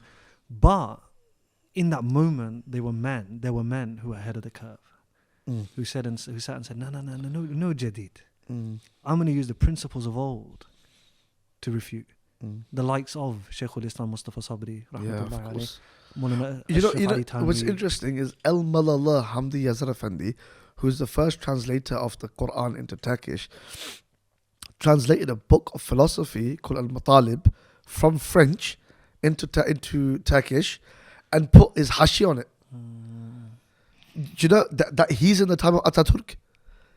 Like, we have a photo of him. You know, we do a somebody Effendi as well. But what I'm trying to say is, like, there were people ahead of the curve. You're quite right. You know, and people didn't all just give up, pack up Ilm al-Kalam and leave. Like you said, in the subcontinent, there were people that were doing that. It's not like there weren't people that were doing that. And I'm not saying that it died in the subcontinent. And I'm not even saying it's dead in the UK. You do have it. But I just think that the focus has not been on it. And had there been more focus on it, we would have got stomped by modernity, as in the way that we did. And then we wouldn't be depending on Christian arguments to sort of carry us. So that goes back to that whole argument, doesn't it? Yeah. Which is like, what? Not just that, but You're sat there using William Lane Craig. Yeah. When you have an amazing tradition that Craig used. Of course. That he co-opted. That he couldn't fully utilize. Because of, he believed in Jesus as, a'udhu billah. Yeah. Because he believed in hulul. Yeah. So he couldn't fully actualize the argument, because of that reason. So... And we were running with his version of the argument. And by the way, we're not sat here. I don't want someone to look into this thinking like we're like salesmen for Ilm al-Kalam. Like everybody study Ilm al-Kalam. Hasha, this was just a conversation just about the subject, But it does come, unfortunately, within the backdrop of these accusations against it, again, like it's some kind of bid'ah. And I'm not even talking about Salafis. I'm talking about like people that whose forefathers were mutakallimun. These are great kalam masters. So like somebody said to me, I've got animosity towards the mutakallimun, like in a joking way. And my response was, what, against Ghazali you mean? Do you have animosity towards Imam al-Ghazali? Like, no, I don't mean it like that. What do you mean? What is this? Why do you feel the need to be upset with a science? Like, it's a subject. Why are you upset? It's like someone saying, I'm upset with maths. Like, why would you be upset with the science? I don't understand. A lot of people are upset with maths. My point is, this is a sacred science. Yes. Because it was there difa'an lil-Islam wa anil Islam, and it was there to serve Islam. And these were mujahideen. Yeah. And if you have no Ghazali, you would have had a falsafa. You would have had modernity and the Enlightenment. And you wouldn't know what your gender is or whatever. Like, I mean, Ibn Sina's, some of his positions are very dangerous, And so at the end of the day, you would have that. Had you not had Abu al-Hasan al-Ash'ari, like ihsan of that man on this ummah, right? Then you would have believed that you create your own acts. You would have believed that it's wajib upon Allah to do what is right for you, what is best for you, wajib upon Allah. You would have denied the punishment in the grave, which is clear hadith from the Holy Prophet ﷺ. You would have really struggled with so many aspects of your deen. We should be thanking the mutakallimun. The way we thank the muhaddithun. Like, don't we thank the muhaddithun? We thank, I've noticed sometimes that, when we do khatam, you'll notice that they're like, they'll donate the reward, and they'll be like which is permissible. They'll do all of the Aimma Mujtahideen, Fuqa'i Idham, Mufassirin Kiram, Muhaddithin Idham. I feel like you've done a few of these. Yeah, of course, absolutely. The Mashaykh Idham, and you kind of you think to yourself, you could have just said for the entire ummah, But why specifically is like it's a recognition of the ihsan. They stood out. Yeah, they stood out. Ihsan. In that ihsan, we do ihsan. Someone done you a favor. You remember that favor. I was saying that to somebody about the Isra wal Mi'raj, and I was like, somebody said, why do you guys like sometimes gather in the masjid around the end of Rajab, etc. And I said, look, forget the fiqh. I just celebrate with the Prophet. Like, I'm happy for him. Like, that Ya Rasulullah, look what Allah gave you. Like, and look what you gave us. And then look what you gave us, and that's the ihsan. So, I think people need to just chill out. Like everybody that likes or doesn't like the word ilmul kalam just needs to chill out for a while. Like those that are zealous about it, maybe need to realize that ilmul kalam is, I sometimes joke with people, I don't want anyone to take this out of context. Understanding how I'm saying it, we're all athari at heart. That's done, isn't it? Yeah. That's a meme now. Yeah, we're all athari at heart. Meaning what? Our aqaid are very simple. Yeah, we believe in it very, very simply. I believe in Allah. I don't need a lot more than that, right? But the ilmul kalam is important because it's like a silah. It's used against the tashkik of the mushakkikun. And only those who are worthy of holding the sword should be given the sword. Just like iftar. How dangerous is iftar? Massively dangerous. How dangerous is iftar? Like what's really crazy. Is it bad? I thought of a person straight away. Mufti. Yeah. So that's it. يقولون على الله ما لا يعلمون. So it's so I think people need to just relax. At the end of the day, if you want to use that term for yourself, marhaba, but at the same time understand its value. Don't diminish it as sacredness. It's sacred. And understand that when you call yourself an Ashari Maturidi, that's wonderful, but then you have to model that. It's a trust. It's a trust. Model that now. Like even in the way that you're dealing with your interlocutor. Don't cause them to swear at the Ash'ari. Like sub. Like don't swear at their gods. That out of ignorance they swear at your gods. Hasha and bila tamthil. Are you talking to me specifically here? No, I'm not talking to you specifically. Do you have you written Maturidi next to your name? Not yet. Okay. Waiting for your blue tick. I did after the class. You did. I literally on my Twitter. I saw it. I thought there's only going to be like maybe how many? Maybe I don't know, 20, 30 people that are going to understand that of why you put that on your thing. And but I mean, we've been having a bit of a joke. I'm being a bit more serious today, and I don't want to put people off. So I really had time to think, and I know I had time to think. I don't ever want people to go away thinking, But look, at the end of the day, I'm defending them. Alhamdulillah, you go for it. And sometimes we need them. Because somebody comes up and says some nonsense. Foot soldiers. And then you send the swarm. Yes, you need that sometimes. Unfortunately, you do. Let's just be honest about it. You do. But at the same time, I'm saying then appreciate. It's a bit like, Sufi tariqas. They used to have certain hats that they wore. And I remember asking one of the Shaykh, why is it that people have these different things? He goes, so when you look at yourself in the mirror, just remember who you represent. Allah, remember what that means. That you're representing a fraternity of sorts, of khair. And don't do injustice to that, And so I think that's really important. So I think, and obviously this goes into that second question, which I don't know if you wanted to add your flavor into that about okay, you're calling yourself that, but then don't be an Ash'ari that then starts looking at other Ash'aris and saying, you're not really Ash'ari. Because we don't have that. We're not like that. You get the Madakhila and the Salafiyya, and you get the testing people with Shaykh al-Abiyya or whatever happens. You get all of that, right? You get those two different, or many different strands, but broadly you get the Khuruj al-Imam Jaiz and Khuruj al-Imam Wajib. No, so there's La Yajuz, okay. And then there's maybe there's Yajuz, and then you got a Wajib. Maybe you got these different categories of people, right? And which is really interesting. So you get all of that. We don't have that. We don't have that within Ash'ariism. You've got certain people, yes, that have picked a certain period within. Okay, let's get. That's the next question then. Okay, so this idea of the period. There's okay. You're going to carry the brunt of this part, right? So when they come after you, it's you. No comment. But it's okay, so and this is a discussion we've had before. It's there's the timeline of the development of Kalam, and there comes a point, and for some people it stops, and nothing happens after that. Yes. That was the end, and khalas, game over, done. No, nothing else happened after that. And for all intents and purposes, the system that they stop at is a very useful system. It's an incredible useful system. Very good. It's the system that when we talked about the Mashayikh, the likes of Mustafa Sabri and others, it's the system they used to counter modernism, and they did a remarkable job. May Allah mercy on all of the Imams who did, especially Mustafa Sabri. That book he wrote, phenomenal, the Mawqif. But at the same time, it did carry on. Of course, yes. And that's now the big discussion. Yeah. Is that what is, if you're going to say Ash'arism, what is Ash'arism? So, I mean, just... And we'll see you next week. You know, when Dr. Hamza Bakri came, Yeah. and, you know, I still sometimes think about that how honoured we were in High Wycombe, that the first time that, you know, he came to the UK. To do a public program. Well, he did wasn't going to do. He wasn't going to do a public program. And we thank Shaykh Yasir Qureshi for enabling that. Absolutely. And Shaykh Mihrik and the Mashaykh. So, the fact that he came to Wycombe and he was sat here, Yeah.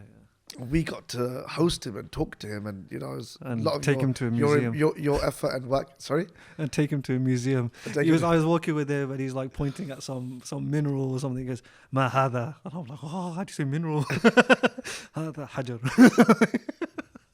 And then I think there was like some next animal. He's like, Ma hada. And I'm there like on Google Translate. Because it's hard. You know, like you never used this word before in your life. And I'm there trying to look up, I don't know what, octopus or something. Anyways, it was an honor. It was an incredible honor to host the Shaykh. Subhanallah. You're like saying we only ever learn Arabic for the books. I can tell you what the mujarradat mean, but I can't tell you how to say a pipe. Which is true. But people get really shocked when they unless when you live in the Arab world, you pick up things. But I remember first moving to the Arab world, having just studied the grammar and the books, what have you, and I was struggling to get fruit and veg. And I remember a brother with me, and he's like, "But didn't you do like Bain Yadaik?" I said, "I did Mullah Jami, but I didn't do Bain Yadaik." Ahmad Hariri. I know how to steal it. So, the point is that, you know. But anyway, that's a whole side little point. I got this one story. I was in Turkey recently, and for some reason I was thinking about this exact point. Like, there's so many words you don't know because you know, it's not Shaykh Abdul Fattah Abu Ghudda never used those words, or whatever it was you're reading. It hasn't Shatibi or whatever. And then I was like, I just get to go, oh, I picked up a chewing gum and go, Mahada. Like, how do I say this in Arabic? And he's like, oh, I can't remember, it was alq or something. I don't know. There was a word he gave. And then I was like, oh, this is so amazing. I was like, how do you say lemonade in Arabic? And he was like, lemonade. I was like, how do you say lemonade in Arabic? And I think my wife ran, because he wasn't getting it. He was like, lemonade, mahada, lemonade. And I think my wife ran to the fridge, grabbed the lemonade and grabbed it and goes, what's this? And he goes, limonada.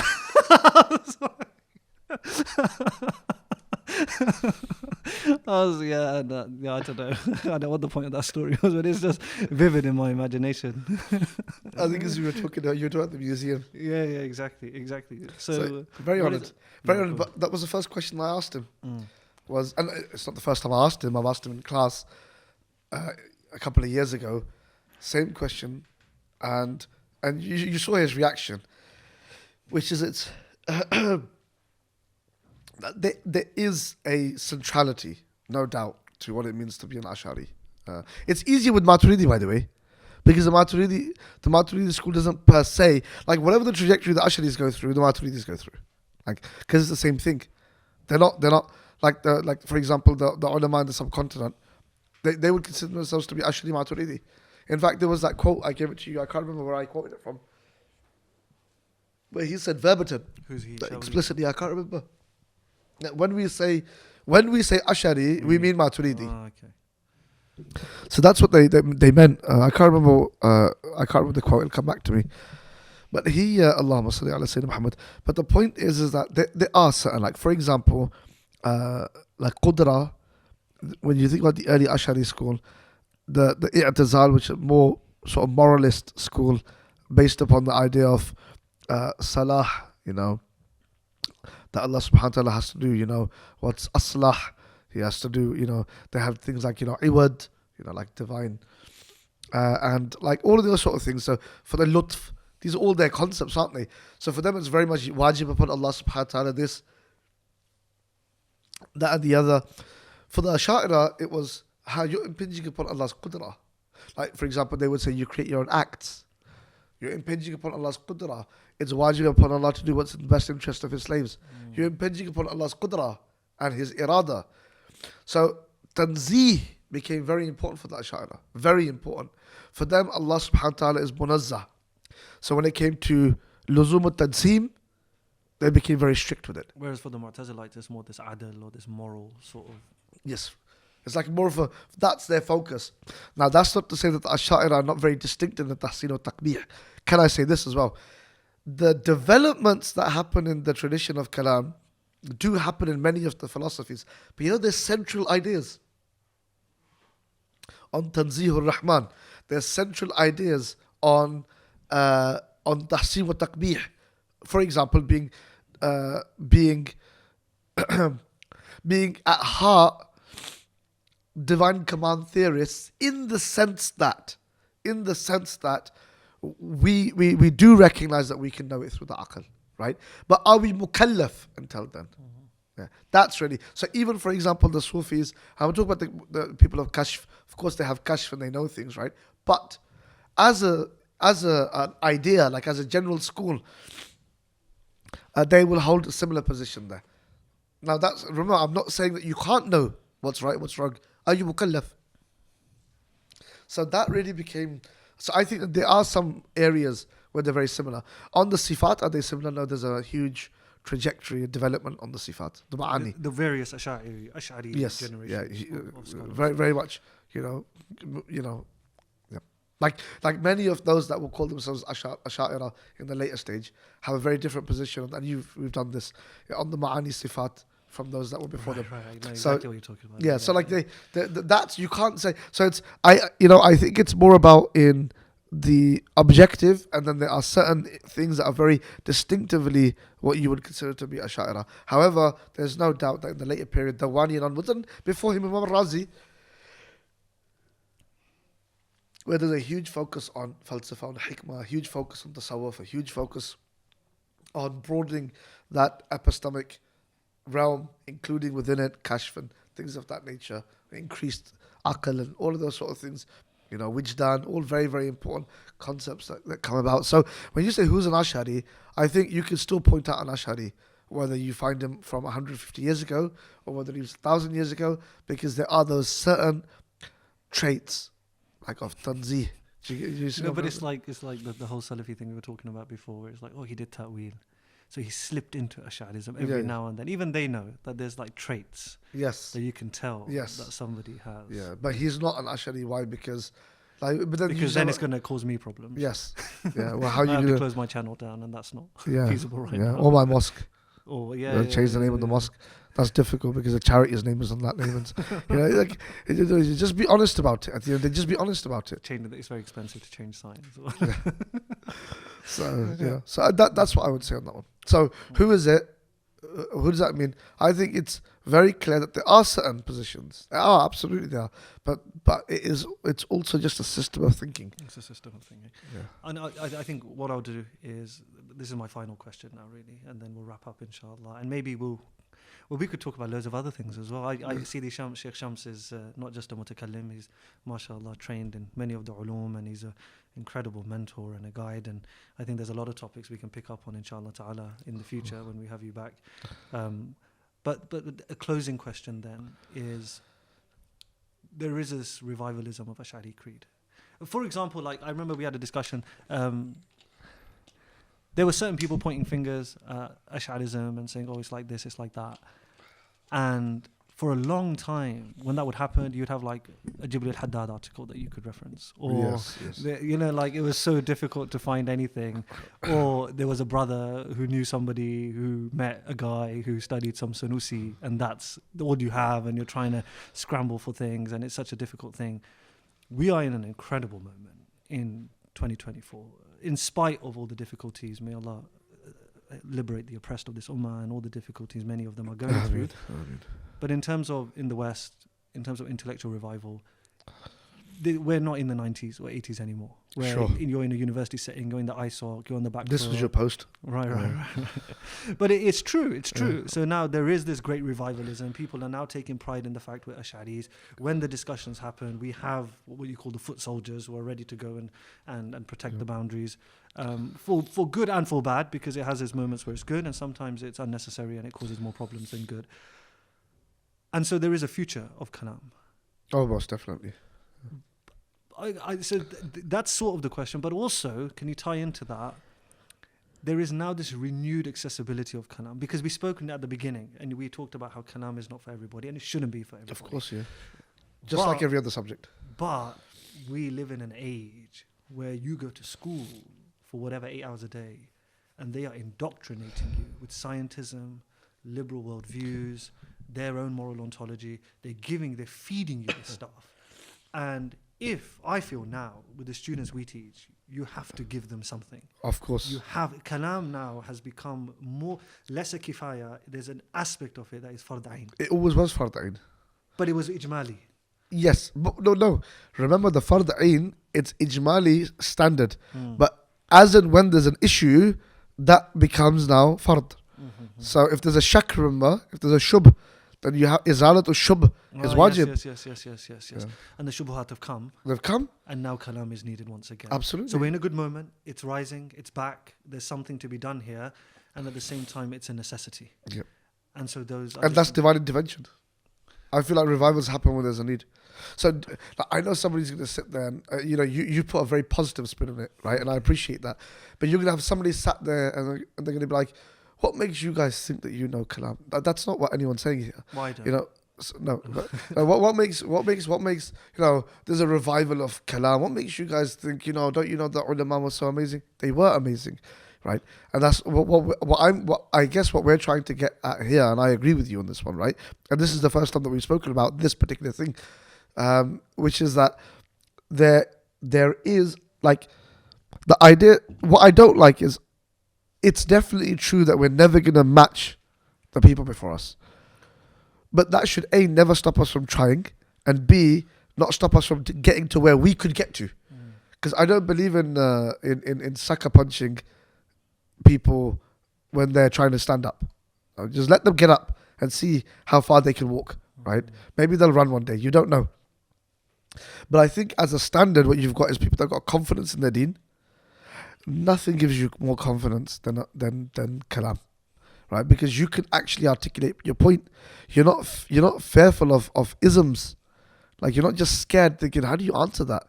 You've got an answer. You've got an argument for it. You understand things. That gives you a lot of pride. It gives you a lot of, you don't have that inferiority complex. It's really important. Intellectual inferiority and slavery, right? So I think, I'd rather take the positive spin that you're putting on it, rather than what I know that somebody's going to sit there and say, you guys don't know anything. No one knows anything anymore. And you will get those people. And you're like, okay, fine. All right. I know. Yeah. All right. Okay, fine. No one knows anything. No one's ever going to know anything. Let's just all sit here, wear black, and cry. Like that. That's not an answer. It's not a solution. Encourage people.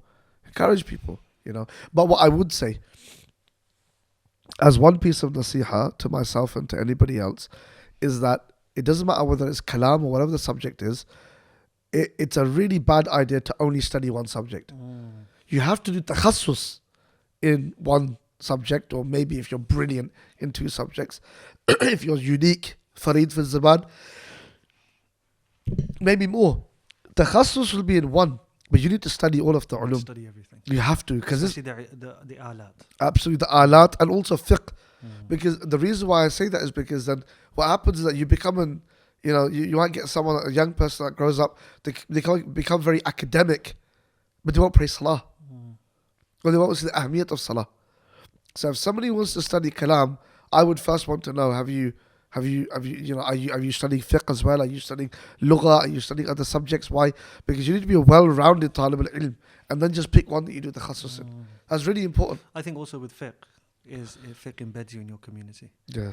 Because people need fiqh. Yeah, it's not just for you, it's your people who need it. And then suddenly you're now beholden to them in a sense.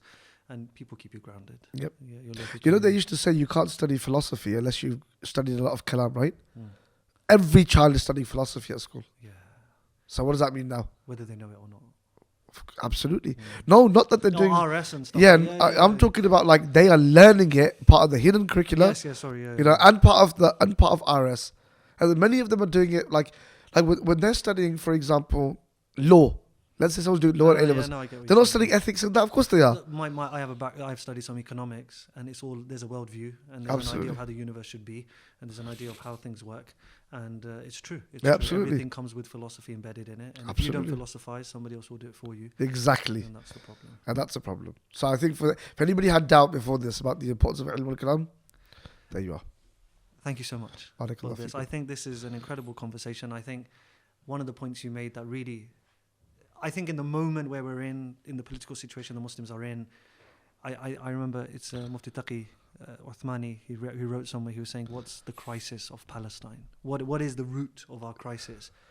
And he literally more or less said, it's because our minds are still colonized. And that is why we have not found a way out yet. That even in our political structures, we use their structures. When we think of solution, we use their solutions.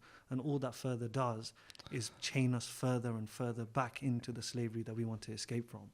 And what you've just told me is that we have the answer.